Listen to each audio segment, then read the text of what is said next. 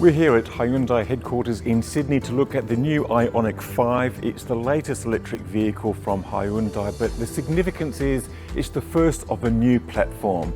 That means it's not an adapted diesel or petrol car. This is an EV built from the bottom up, and it really is quite a fascinating development.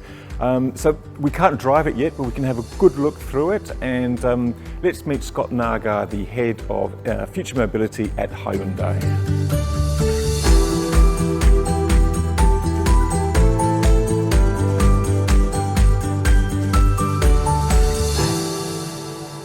Scott Nagar, we're standing in front of the new Ioniq. It's the first of your new platform electric vehicle.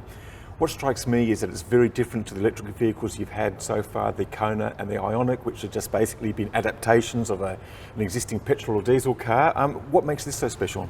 Yeah, the big difference with the Ioniq 5 is it sits on the E-Global modular platform. So it's the first car within the Hyundai group of companies that's going to use this platform. And you can see just by the stance of the car, just by the way that the footprint's set out, everything's really packaged to be an EV only.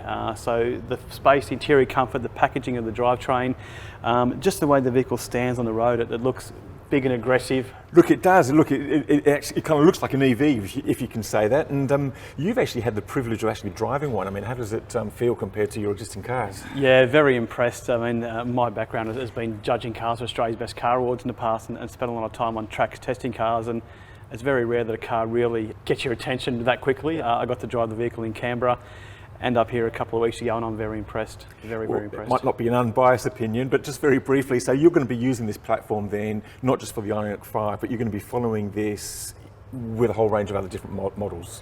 Yeah, there's a number of models that run off this vehicle, so be able to package up the battery sizes, the motors, basically all the underpinnings of the vehicle are going to be the same across the group of companies. It means we can build more and more of the same products, the same parts, the same components, and drive the cost of the price down of the EVs over the next coming years. And just very briefly, before we go and look at some of the other options there, we've got a motor, and that's completely different now. Before, with the other Ioniq and the Konas, you basically had an adapted sort of electric motor sitting under the bonnet. Yep. But now you've got a special electric motor, which is sort of packaged underneath. You've got what's called a frunk, basically sort of storage space in the front, so it's quite a complete change. It is a complete change, and the vehicles in this case will be a rear-wheel drive standard, and the option will be all-wheel drive with the large battery. So I got to drive the all-wheel drive vehicle, and it was very impressive.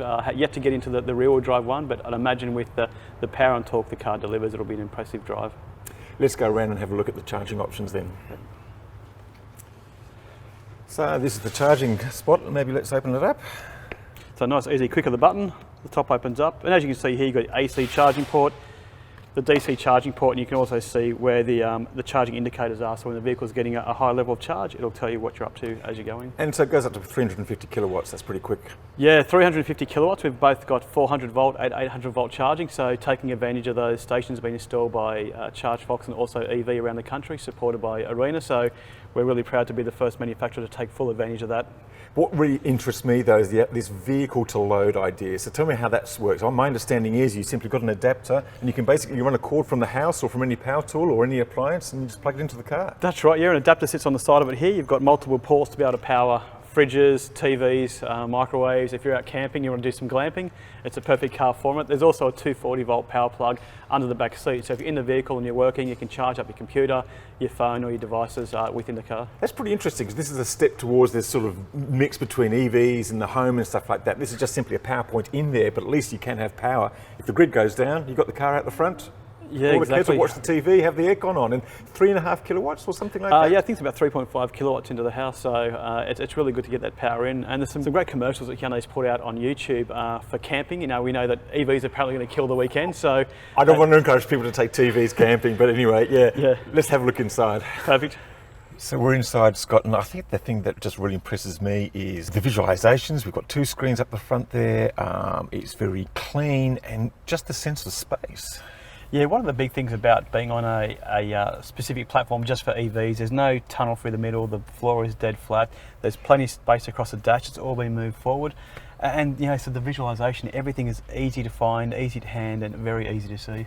This is really cool here. The center console can go forward and then it can just go back. So you can literally walk out of the car on the left-hand side if you're sort of closed in on the right-hand side by parking, or you want to swap drivers or whatever. So yeah, that's pretty cool. The modular console gives a lot of flexibility in the vehicle, so very, very happy about that. But you can see the seat space down here, the floor space, all the room for your legs, even the shoulder and hip height. You feel really spacious inside this vehicle. So this really, the fact that this is this new model, this new platform, just really allows you to sort of push the boundaries of everything EV, really, doesn't it? It does. It's actually what Hyundai's tried very hard to do, was bring your lounge room into the vehicle and make the car as comfortable as possible. Fantastic. And look, just a couple of final questions. When are people in Australia going to be able to buy this? We're going to see this vehicle into the second half of 2021, and I think we've got a lot of people lined up to jump in this vehicle, including myself. So it's going to be a great vehicle. And I know you haven't all announced the price, but what sort of range are we talking about? You've got the Kona now, which is kind of sitting at 60 and 65. Is it going to be within that range? Is it going to be slightly above? What can we expect? Yeah, the product planning team's looking at exactly that figure now, and I think people are going to be very impressed with the pricing, considering the spec level is going to be in this vehicle. Scott, thank you very much for this. Have a good day.